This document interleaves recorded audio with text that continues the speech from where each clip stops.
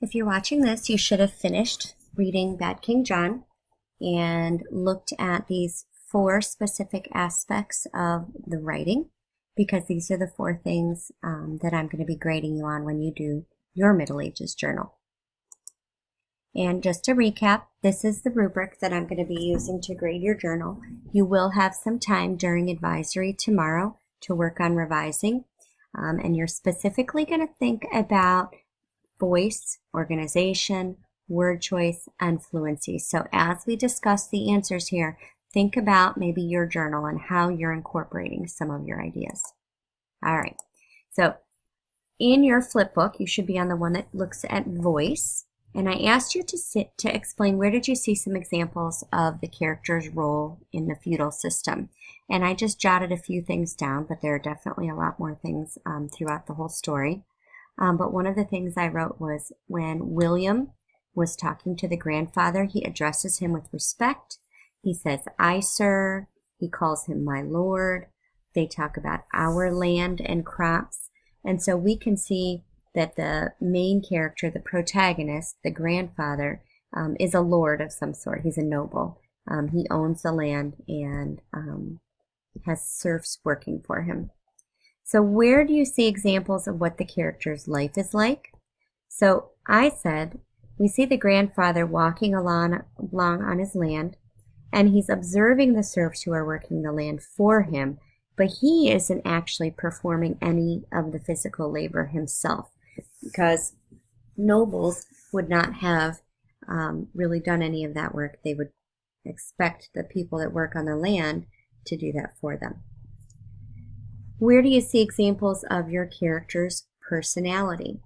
So I said that I thought, first of all, that he was kind. In talking with one of the serfs, William, he is very kind to him. He doesn't yell at him to get him to do his work. They have a mutual discussion about King John and what a horrible king he was, and use that situation to get him to work and care about getting the crops in before the rain starts. I also said that he was patient in how he was replying to all of Gavin's questions. The next thing you're going to look at, I want you to flip to your organization page of your book. And on this section, I look specifically at this, but thinking about the whole journal, how was it organized? This is obviously a lot longer than something that you're going to be writing for your first journal. And this one was set a little bit different. It starts off with the beginning. Grandfather is walking with Gavin through the fields. It starts to rain, so they go and sit under a tree. And as the story progresses, he tells him the story of Bad King John. The end kind of comes back to the present day, and Gavin and his grandfather see that the rain has stopped, and so Grandpa stops telling the story.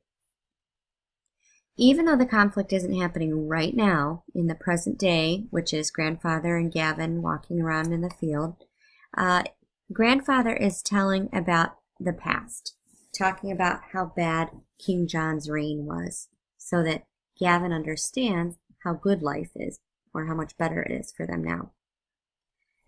How does the author create an ending? Here it says, "Tell me more about the lost treasure, Grandpa," said Gavin. "That's a story for another day," I said. So he kind of leaves it off where if he were going to start the next chapter, maybe he could start telling him about that lost treasure. What I do not want you to do is end your journal with a phrase that says, "That's a story for another day." That's what this author does, and you're going to have to come up with something a little bit different and original. Now turn to your page that says word choice. And on the word choice page, you're going to look at how the author described different parts of the scene. I wanted you to go to the exposition and look at the very beginning. What adjectives does the author use to help you visualize the scene? How does he describe it? So he talks about big gray clouds drifted overhead, a promise of rain in the cool wind off the North Sea. Down here he talks about the men in the fields with their sickles, which had sharp curved blades. So all of those contain lots of good adjectives in there describing, not just telling, but showing what the day is like. Now, what specific verbs did we see? What action words does the author use? He says drifted, walking, passed, stopped, cutting, greeted, and called. So I want you to notice one thing here, that he doesn't use a lot of those verbs like he was, is. He's using good verbs that show some of that action. What vocabulary is specific to the Middle Ages to help you understand this setting? Well, I can tell this is not happening in the United States. They talk about the North Sea, Yorkshire estate. He uses the term tenants and serfs and freemen, which are not terms that we would use today. These are definitely terms for the Middle Ages. The sickle, and saying the little boy, the grandson, he calls him Master Gavin, which is a showing of respect from the serfs towards the Lord's grandson and family.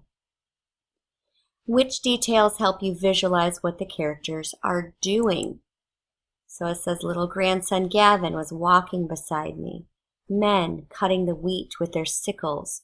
Women gathered the cut wheat. So actions, and notice these are not actions just of the protagonist. They're the actions of the people and the things around him as well. Right? And then the last thing you looked at was fluency, how the sentences went together. And so looking at the first words of each of the sentences, and you probably did more than me. I started right here. We did not, before he went, John must have. And what you should notice here is that none of the sentences start the same way. It's not he, John, There's lots of different ways that the author starts sentences.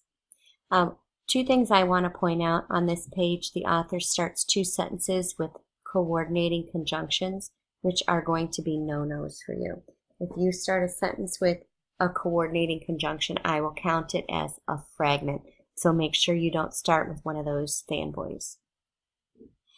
And then the last thing I wanted you to look at was with transitions. What transitions do you see, and what kind of transitions are they?